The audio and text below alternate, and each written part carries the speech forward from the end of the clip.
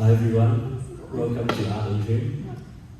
First of all, I'd like to acknowledge the traditional owners of the land, the Guigo and Gadigal people, and pay respect to the elders past, present, and emerging.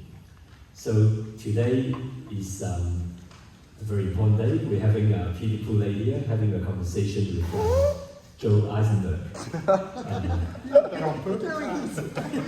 It's a trumpet. Good timing, good timing. Peter has been painting for a long time, but some of you might know him also as an architect. Peter was the New South Wales government architect, and currently he's a professor of architecture at New South Wales University. But he's been an artist for a very long time as well. He used to exhibit with Waters Gallery, and now we have the honor of having him as one of our artists. So this is his first solo exhibition. He's been working extremely hard. He started painting this series of work since the beginning of this year. And so I think Peter has known Joe Eisenberg for a very long time as well. Well, you just met in the car park. Yeah. And Joe was a former director of the Maitland Regional Gallery. So Peter has actually had a fair bit of work exhibited over the years in Maitland Regional Gallery. So I thought, well, it's a perfect opportunity for them to have a conversation with each other, to reconnect with each other. So I'd like you to all welcome Joe Eisenberg and Peter Poulet.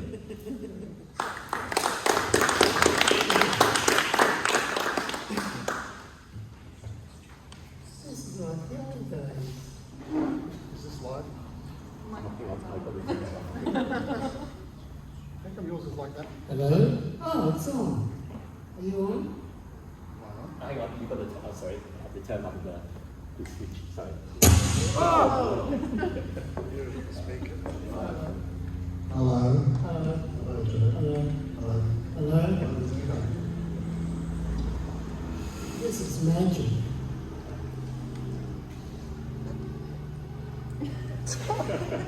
Oh, wonderful. I'd like to pay my respects to the Gadigal and Gadigal people as well, coming from Wanneroo people. Ngunnawal people. I'm no longer Wanneroo people. Ngunnawal people these days. Not Wanneroo before that, I guess. And others. Where do we start? At the beginning. I've known you for a long time. Did I show you in Armidale as well as Maitland? No, but I was artist in residence in Armidale. And one of the kids had just been born. Which one? This one? I think it was that one. He's grown up. What does he do these days? Eats. Sponges off you. No. Do any of them sponge off you? No, we don't allow the sponges. Oh, that's good. This is a great exhibition. How long did it take you to do? Joe, this body of work represents this year's efforts. Didn't you do anything else? Oh, I did a few other things, but the secret is when I get difficult, Liz gets the broom and pokes me in the back with the handle and says, get out to the studio. And so I go out to the studio quite often. This is 1 year's work. This is 1 year's work. You haven't changed in the 40 years I've known you. The work is- The work has developed over the years. It's good to see. Why do you do triangles and circles? It's like sort of Kandinsky. Is that a question? Well, no, I was just thinking, did he sort of influence your art at all? Yes. Vasily Kandinsky, you know? You know my uncle? Yeah. No, yes, I have looked at Kandinsky. Yes, I do admire his work. I wouldn't say what I do is a direct reflection on that, but I like the fact that they are shapes that are universal and applicable in understanding in many ways. So they are enigmatic. So when you start on canvas, do you think what you're going to put down on that canvas? No. The worst thing you can do is think. I think you just need to intuit a response to every action that you undertake. So that the first action might elicit something that you weren't expecting. And then what happens is that leads to the next and the next, and a painting evolves. Does that make sense? No. Oh, good. People won't understand that unless they're artists. They won't have a clue what you're talking about. Okay, I'll start by making a mistake. Cross, a Anything. circle. A blob, a splotch. I walk on a canvas, and then from that springs Is the canvas on the ground? sometimes. Maybe it looks on it. But I am Clever crowd. I am known as the human cockroach, so I can go up the walls. So a splodge. Leads to something else. What else? It's contingent on what the splotch is saying. How does it say it to you? People want to know. Seriously. Okay, what's interesting is you allow accident to occur and you respond to accident. But when you're responding, because your response isn't perfect, it leads to either an accident or the need to do more. And ultimately, what I find interesting is when a painting is not in balance and it takes an action or an act to make it complete. And that's when I know it's complete, when it's in balance is the wrong term, but when it's feeling complete to me. And it's responding to itself as much as to who's viewing it. So you know it's complete, you ever go back to it? Rarely. So it's over. So, yeah, next, that's, I think that's how I get to do lots of work. Because they're a complete statement in themselves. And what does it say to you?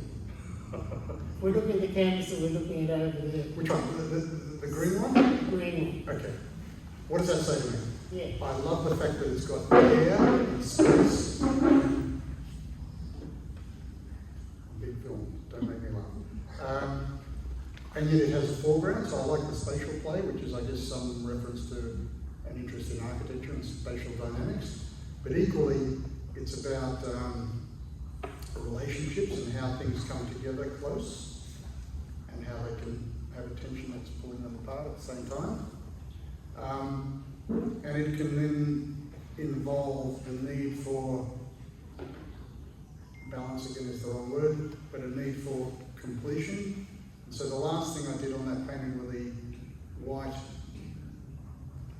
floating things, which just said stop. When did the circle go in? The red one? No. Maybe you'll see the red one. Oh, I can It's see too it. small. The blue one. The concentric. The blue with the red one. Ah, the blue with the red one. Oh, well before the white floating things. And it has gravity. Those have air. And do they mean anything to you? They imply a movement or a lifting, a lightness that wants to pull the weight at the bottom up. No? Yeah. Oh, good. I'm just asking. Okay, and I also like the man who's tilling the field. Me too. You got it, Ryan. So you actually understand it. Yeah. Oh, this is my family. This entire audience is my family. So if you say anything wrong, you'll get mentioned in the car park. The fact that you're a family, I mean, they hardly ever see you. Oh, When's the last time you saw Izzy? 2 months ago. Exactly. She knew what That's true. We went camping. But they are very incisive. Yeah. And I think that's a product of parenting myself. Parents, Parenting. or parenting. That's right. So the one next to it, Right. you decide to the left, my apologies, to the left. So you decided to keep going, you didn't know when to stop it, it's too late. No. So you kept going. No, that's Look at all those black bears there. No. That, okay, I'll tell you how that one was assembled. That's a good idea. The black in the background is actually blue. And I brushed that on fairly rigorously and energetically. Was that your mistake? Yes, and then I hosed it so that the wash becomes something that's the accent.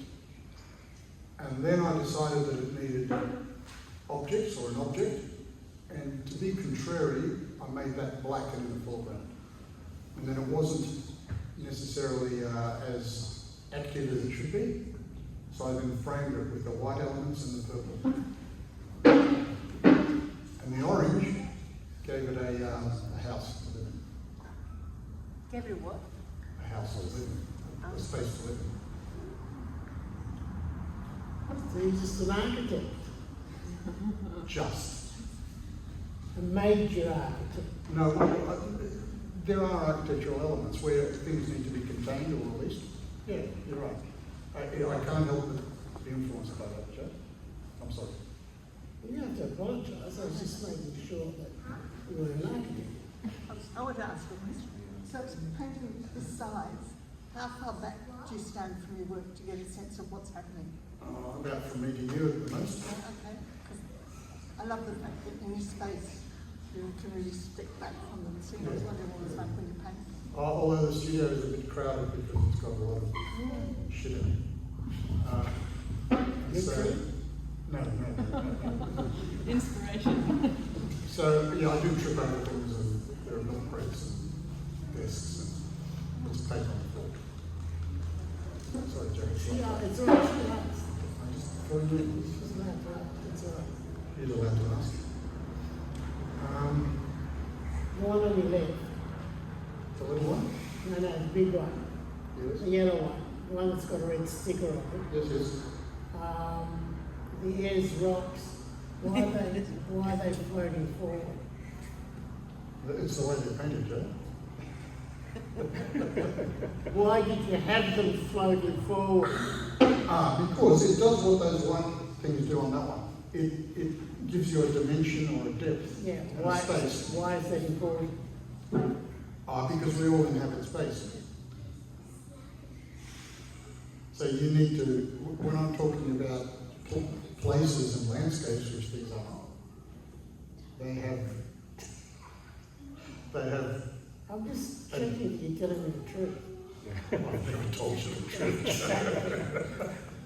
They have a dimensionality that I like. I want that. I want to be able to walk into it at times. Not always this one. Why do you want to walk into it? Because it's absorbing. These paintings are too small. I should be able to do bigger paintings. So you want to do another 27 metres like in the hospital? 45. 45, sorry. 45 metres. Yes. Yeah, I get a lot of joy out of that. That was a very good exercise. Thank you. But again, they predominantly do have spatial play in them, and they have objects that are in the foreground and objects that are recessive planes.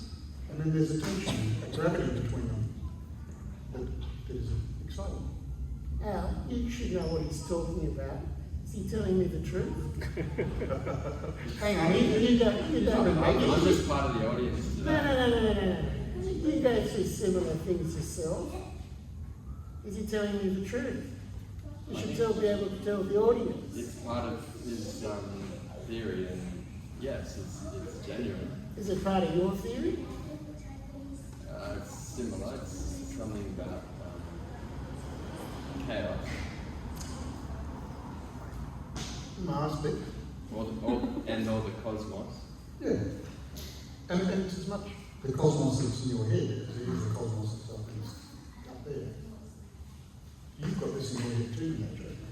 Really? Yeah, it's going to haunt you for the rest of your life.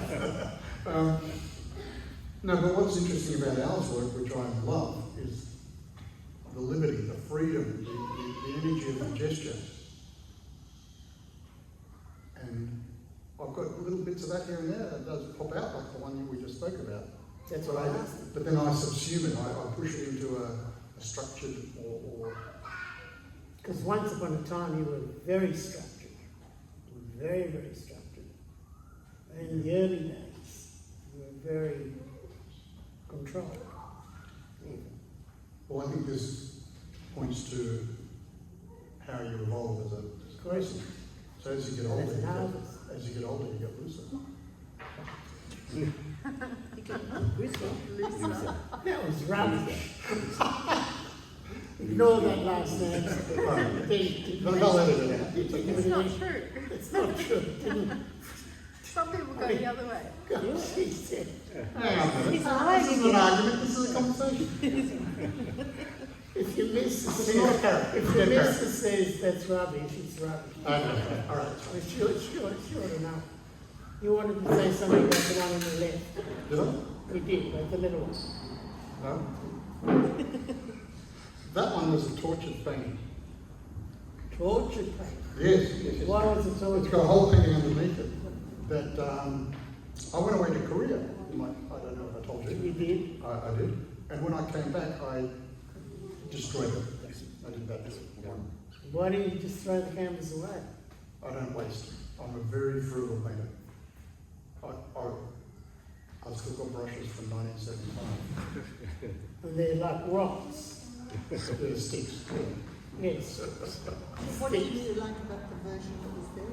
It was too structured and controlled and polite and contained. So the first thing I did to it was poured the red stuff on it.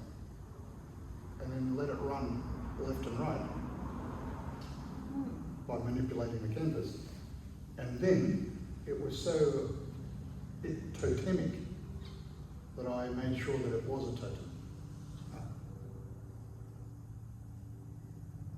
But it's got elements of the old painting underneath. See I leave the bits that I like. This is where the additive process is interesting. So was the black the original, Yes. from the original painting? Yes. Hang on, which black? In the bottom Black. right-hand corner? Yes. And it was like a pastoral scene with gypsies and strumming guitars. Peter, hang on, you took him at the wrong black. Joe's asking about the black through the centre. No, black and brown. Yeah, a little bit down the bottom. Yeah. Right. Yeah. Yeah. So it was much softer and gentler, and the aggression of the red led to the strength of the black. What's it called? It doesn't have a name, Joe. You used a lot of names this time. Yeah, because he insisted, Simon. Ah. So you gave in? Well, I was in Korea, I was in the hotel room, I'd just been to dinner. He hassled me on the email, so I went, okay, name. So the names mean nothing. No, they mean a lot. They do relate to each painting. It was your No, they are considered. There is up. They are considered. So give us a couple and explain. I can't remember. No. Okay, I'll remember. That one's called Vessel, the first one. That one's called Us. That one's called Mystery or Mystique. That one's called Dawn or Horizon or something like that. That one's called Joe's Leftovers. That one's... I'll burn it if it is. Oh, thank you, Simon. My critic. Well done, Simon. That's good.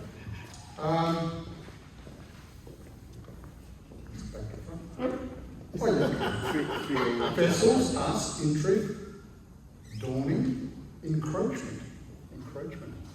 Which is encroachment? The triangles, for want of a better. The next one is called Why. The triangles were silos for Maitland. They were houses. I mean, not silos, houses in Maitland. What are they now? They're encroaching. Are they encroaching? See, they are the full, hard-edged world that is causing us grief. interceding and interrupting the soft, lyrical, gestural side of the painting. So take that. So the That's title, a good answer. the title just come out of you looking back at what you've painted, rather than... Yeah, no, I don't have a canvas. No. Yes, it's responsive to what was already there, because it was one of the early works that I did to prove that I could paint for Joe. Or, sorry, not for Joe, for the committee. And so I did reuse the canvas, but there are elements there that I liked, so I kept those. And it let me set up that tension between the new and what was there before. But what was there before has also got an overlay on it. So what she's asking is the titles for the paintings have come after you've painted. Yes, always. And do you usually not like giving titles, or because these titles are evocative actually when you give them to the painting, you look and say, oh, is that altered the way we look at them? Yes, that's the worry. It Okay. limits your opportunity to insert yourself into the Your painting. personal, whatever. Yes, that's why I prefer untitled. But it does tell us that you have a particular response to the painting. But after I've painted it, Yeah, yeah, and that's as a fine. result of being harassed by someone. So we need to ask Simon, why do we need titles? I think to me, I always like to look at the title. It means a lot to me if I understand what the artist is trying to, convey. And to me, it's important. So I thought if I can understand why an artist paints this painting through that title, then it sort of actually helps me to understand the title, that the painting as well. And what he or she was trying to Yeah, that's right. convey. I'd like a title. Yeah, Gives me some guidance. May I ask a question of Simon? yeah. Absolutely. Sorry. So did these make sense to you or give you more Yeah, understanding? yep, they do. Right now. Yeah. No, See the power you have? Mm-hmm. I'll write poetry about them now. When do you give titles? You always give titles. When? After I've done it. What do people do otherwise? Yeah. They make a Some title people- and paint it. Some people think of a title, or some people think of, I'd really like to paint a moody black, and I'll probably call it Black Moody. Black Moody or whatever, and yeah. I know artists that do that. Yeah. Sorry. You were going to say, Well, do you want more names? I've got a list now. if you can talk about it, Oh, okay. what about the one that's soft? Oh, the soft. That's called 50s. 50s. Which one's that? is that That's the one? one. Yeah, the soft one. So, yeah. It's the most The jazz. most, the softest painting, the No, softest so painting in the it's One in the show. middle. Yeah, it is. The softest painting gets. Peter, we're talking about this one here. Yes, with the sock. Third one. Soft. With the windsock. Okay. Oh, yeah. So it's soft. Yeah, we couldn't hear what you were saying. You need to put your mic. The windsock. Thank you. We thought you said From- soft. Soft. It's a very soft painting. It is a soft It's painting. the softest painting in the exhibition. Yeah. I thought it's one that you could hang in your lounge room and not shop. And remove the other 20 paintings and just hang a pretty put that. So Under why? the towel, as my friend says. Yeah, explain the title. Yeah. Why 50s? Because it feels like a year had gone by, Okay. and it was the music I was listening to at the time. What music? When you were painting. Heavy metal. 50s? I don't know, all those classic jazz guys that they're on my phone, I can't get off. And it is a softer painting which is reflective and looking back a little bit in its attitude, in its disposition. It's not as punchy and forward to me. It's just not as punchy and forward as the others. It's backward. It's a backward or something. So here's the That's front what door. it is. That's what, yeah, I'd agree. But as I said, I did a body of work for this show, which was just sequential paintings which were me at that particular moment. So I didn't curate the show in that regard by saying they all have to be of a like energy or a like disposition. So is there a progression from, in the sequence, I'm sorry I'm doing this, in the sequence in which you do the paintings, do you get, so you do this one, and then the next one, do you start with a totally something different, or is there inspiration between them as you move around? Oh, I can't say this not because Yeah. I've got a bit of this colour left over, so I'll try Yeah. the next one. No, I'll often have more than one going at once. So there's a period of time when there's a crossover, but not intentionally, it's circumstantial. What the hell is that? The crossover moment is as a result of what I'm doing over there, might influence over there a little bit, but not intentionally. It's just because that's the time that it's two are on at the same time. Is that any better? And then you continue in what direction, how do you know what direction to continue on with? Because you just finished something, and then you're beginning, and where do you go? What tells you where to go? How do you know where to? It tells me. I've got no control over this painting. It's a wrestling match, or a conversation between me and what happens there. That's interesting. Okay. I can't preempt what the painting will look like again. Thank God for that. But they are expressions of me at that time or that moment. So, how do I know what to do next? Yeah, seriously, it tells me, in all honesty. I'm going, that's just not working for me, it's uncomfortable, it's contradictory, it's too polite, those two colours don't work, whatever it is. That's too flat, that needs space, that needs lightness, that needs weight. It's those sort of considerations, it's not what's this painting about, what should I call it at that point. Do other people have questions? And if not, why not? Yes, I have a question. It's got to be a good one. Yes, Paul was one. Peter, it's unclear to me whether or not you're an abstract expressionist or an impressionist.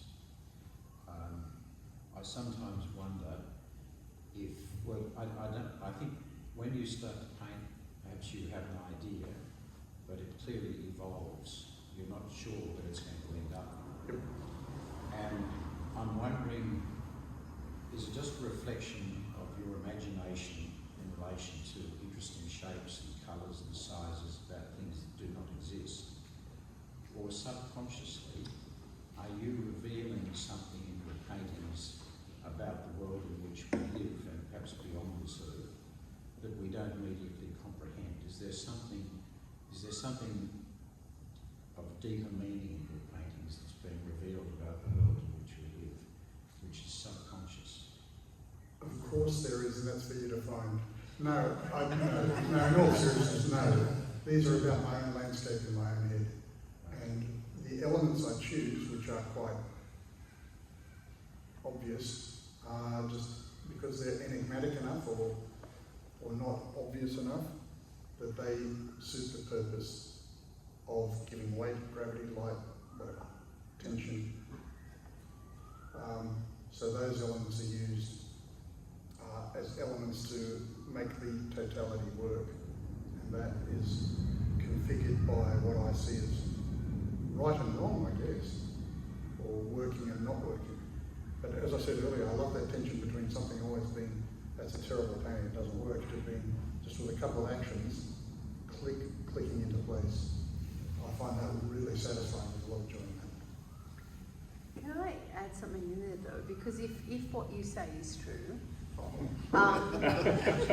why is it that your work responds to place so much? So when you work, for instance, in Armidale, when you responded to Maitland for the Maitland Hospital project, when you were in Bundanon for your years, you know, whatever it was, 30 years ago, back there, or when we moved from Marrickville and you're working inside in an urban place to Bundeena, the work is really different. So I think that there is a strong element of what you were suggesting, that there's a response to the world around you that comes through in your work.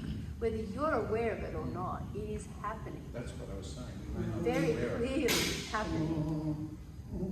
And if you look at it over time, it's even more obvious rather than just with one show, Yeah. which was all painted within a quite. But that's, well, that's why I say it's my response to what I'm doing at the time. But what I am at that time is contingent on where I am. Yeah, but you said quite clearly that it was what was in your mind. And what is in your mind is what you've taken from outside. So you glimpse things and you respond. So I thought it was a very interesting question. Thank you. Peter, I have another practical question. Who invited this guy? You can have 2 paintings and I'll have the car. When you paint, do you have the canvas on an easel, or is it on the ground, or on the table and horizontal?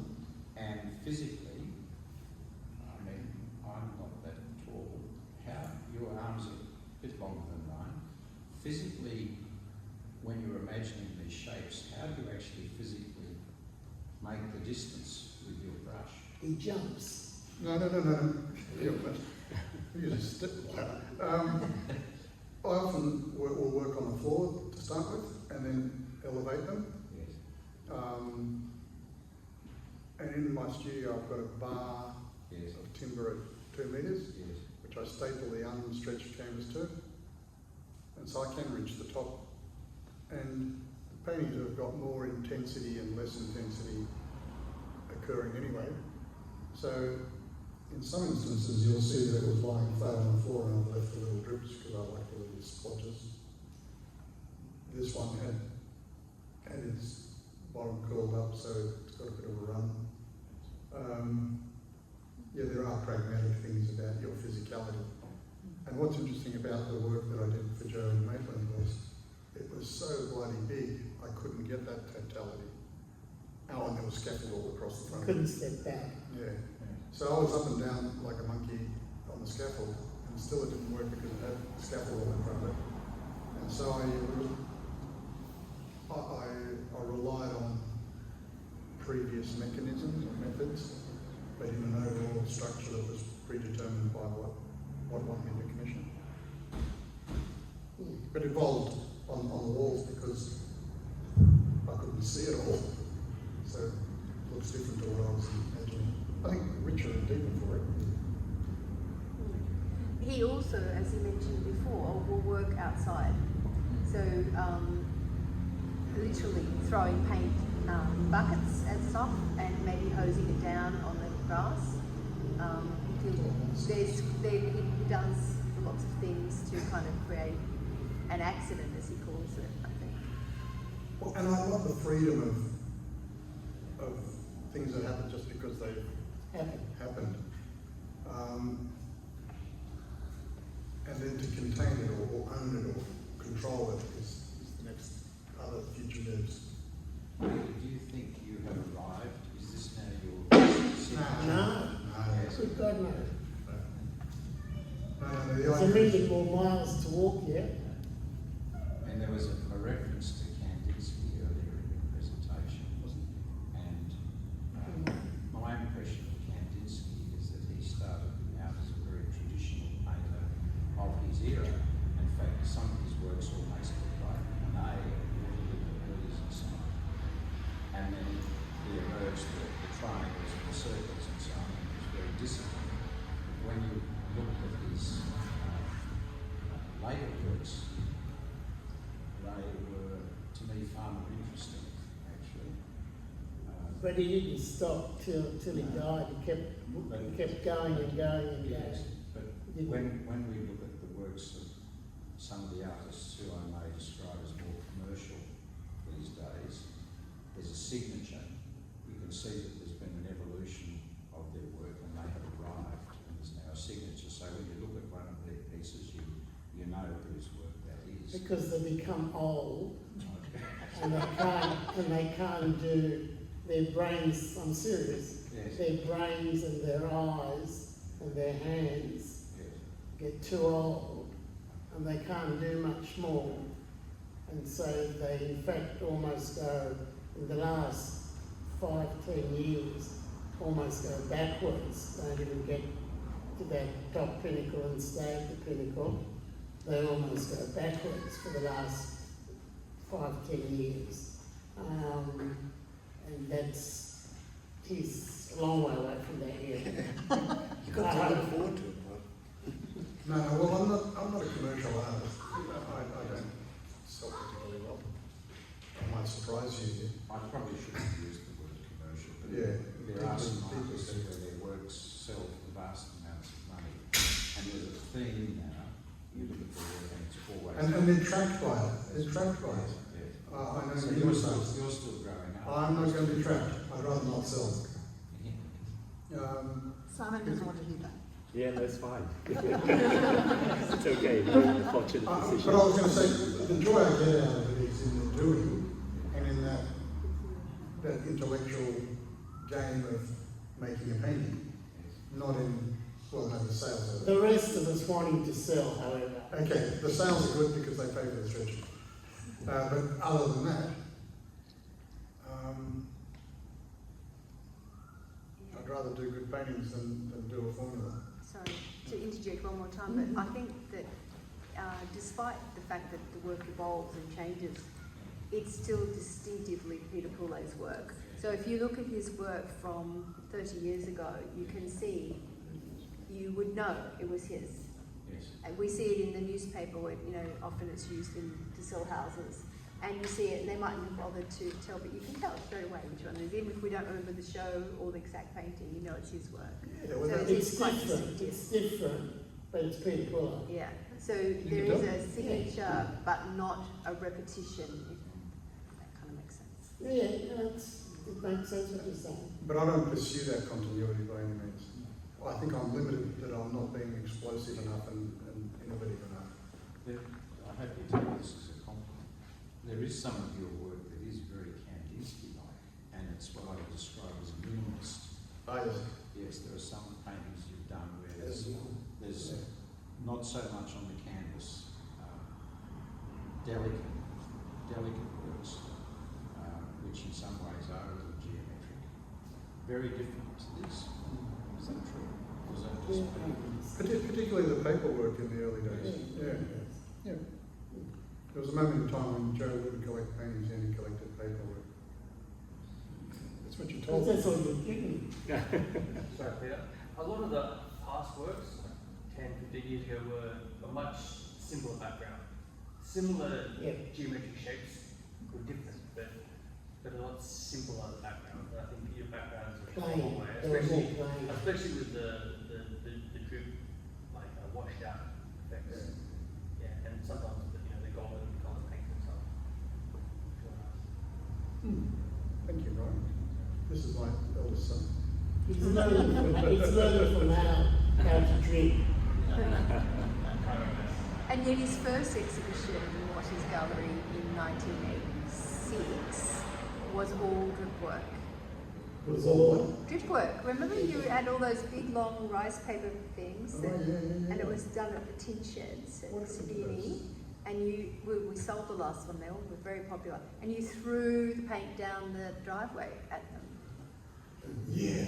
And they made me repaint, or wanted me to repaint the tin shed because I left such a mess. I refused. unusual. So the drips have been there for a long time, but they haven't all changed. Yeah. And I like, it's that tension between the accident and the containment and my control. That excites me. I was also just thinking the lines, so I love the in lots of paintings, the lines and the scratchings and things. And it just reminded me in Maitland when you did the sketches for people, all those sketches and that sort of line work, which again was much more minimalist and line and quite different, but it's in those It's there. lines, and I can see it in those bits, so that's correct. If you were to, Well, it was on paper. Yeah, It was we on used paper. drawings on And it was paper. quick drawings on Quick drawings. paper. Peter was responding to people's memories of Maitland, and beautifully gave them each a drawing. And the drawings were just, and they were just lines and with the lines and Triangles, shapes. squares. But They're they in were the also paintings. They're in the paintings here.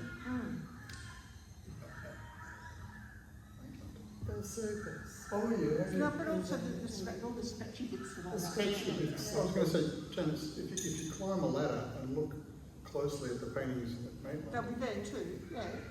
they're not just plain colour, they're actually scratches and all I that. realise that. Little loose messages. I was connecting it to the works on paper, are quite different, yeah. In a way, And I like the different immediacy of reasons. working on paper. That's what I'm doing now, actually. I haven't told Simon that there's another car logo there. End of next year. This is fine. I like that immediacy, so I can take more risk. These become more the need to be right, and that drives a conservatism that isn't necessarily good. But these aren't conservative. Anything but. Simon, do you want more? Okay, good. So, thank you, Joe, and Peter. It's a very interesting and informative talk. So I'd like you all to put your hand together for Peter Poulet and Joe Eisenberg. So continue to enjoy the exhibition, have a drink, and then have the conversation with both of them. Thanks. And buy a painting. Yeah, and buy a painting. Yeah, that's right. Yeah.